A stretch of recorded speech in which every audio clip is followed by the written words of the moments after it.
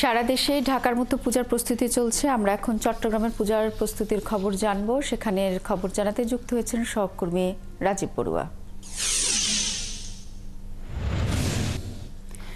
রাজীব, পুজোর তো আর বেশি দেরি নেই এবং আপনি এই মুহূর্তে কোন এলাকায় আছেন, সেখানে পূজার আয়োজন কেমন দেখছেন, সাথে নিরাপত্তা ব্যবস্থার কথা বলবেন এবং চট্টগ্রামের সব মিলিয়ে এবছর কতটি মণ্ডপ প্রস্তুত হয়েছে?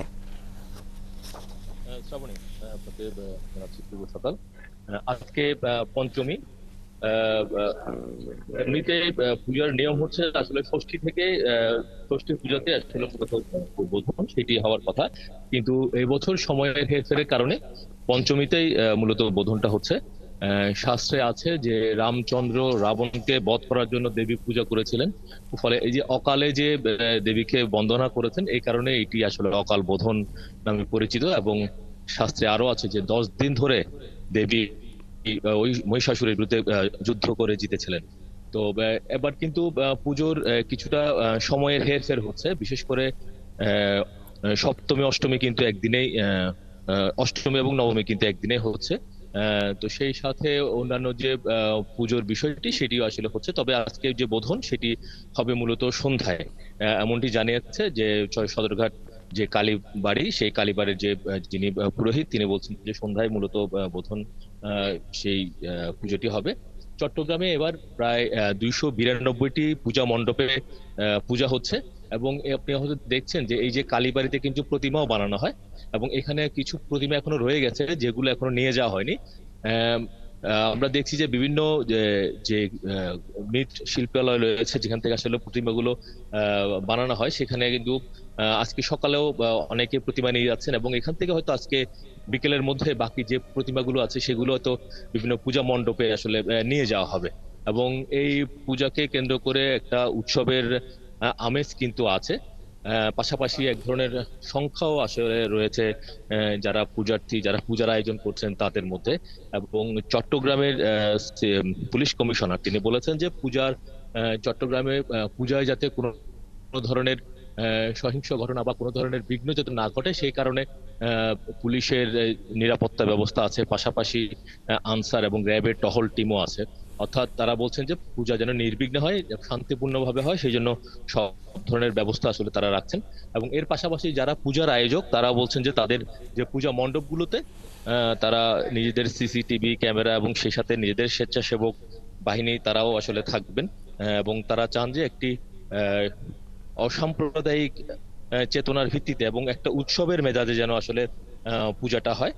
সেটিও আসলে যারা আয়োজক তারা বলছেন যে আসলে ধর্ম যার যার উৎসব সবার, তো সবাই যেন আসলে ধর্ম বর্ণ নির্বিশেষে যেন এই উৎসবে সামিল হয়, তারা সেই আহ্বানটা আসলে জানাচ্ছেন।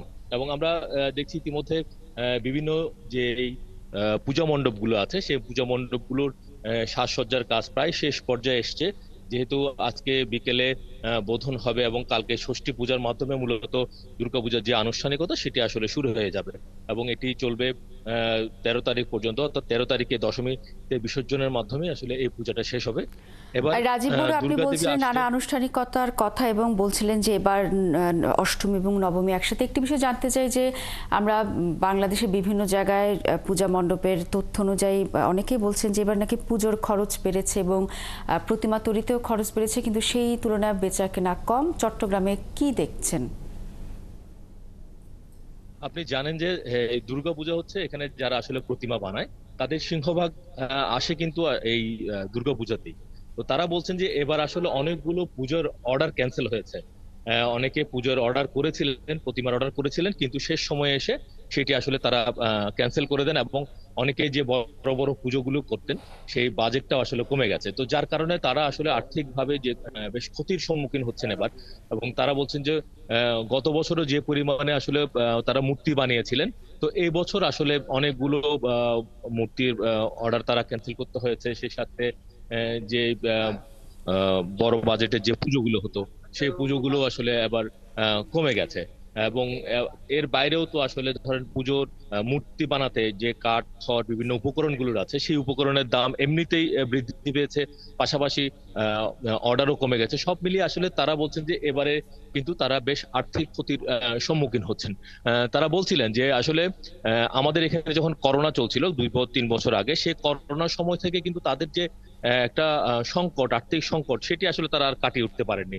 এবং এই করোনা কালীন এর পরে যে আসলে গত 2 বছর পূজা হয়েছে এবং এবার পূজার যে সংখ্যা সেটি কমে গেছে, ফলে সব মিলিয়ে এখানকার যারা মৃৎশিল্পীরা রয়েছেন তারা বলছেন যে তারা আসলে অনেক আর্থিকভাবে আসলে ক্ষতির সম্মুখীন। তারা চান যে আসলে একটি অসাম্প্রদায়িক পরিস্থিতি বিরাজ করুক, সবাই যেন উৎসবে অর্থাৎ মেতে যে উঠুক। ক্ষতিটা হয়েছে আশা করা যাচ্ছে সামনের বছর সে অবশ্যই সে ক্ষতি পুষিয়ে নেবেন। রাজীব বড়ুয়া, আপনাকে অসংখ্য ধন্যবাদ। আমরা আপনার মাধ্যমে চট্টগ্রামের দুর্গাপূজার সার্বিক পরিস্থিতি জেনে নিচ্ছিলাম।